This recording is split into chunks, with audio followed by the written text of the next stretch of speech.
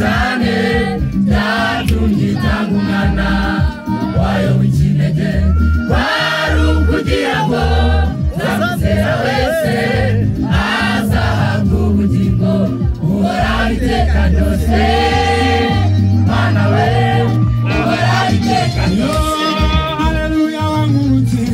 Wankunze nakwiriye Mana nta kiguzi nari mfite kibasha gucungura iyumba z'ibitambo cyangwa ingumba zinungura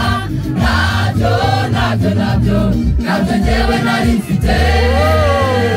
Mana we ndagushima warakoze. Wankunze nakwiriye Mana nta kiguzi nari mfite kibasha gucungura iyumba z'ibitambo cyangwa ingumba zinungura nabyo njyewe nari mfite.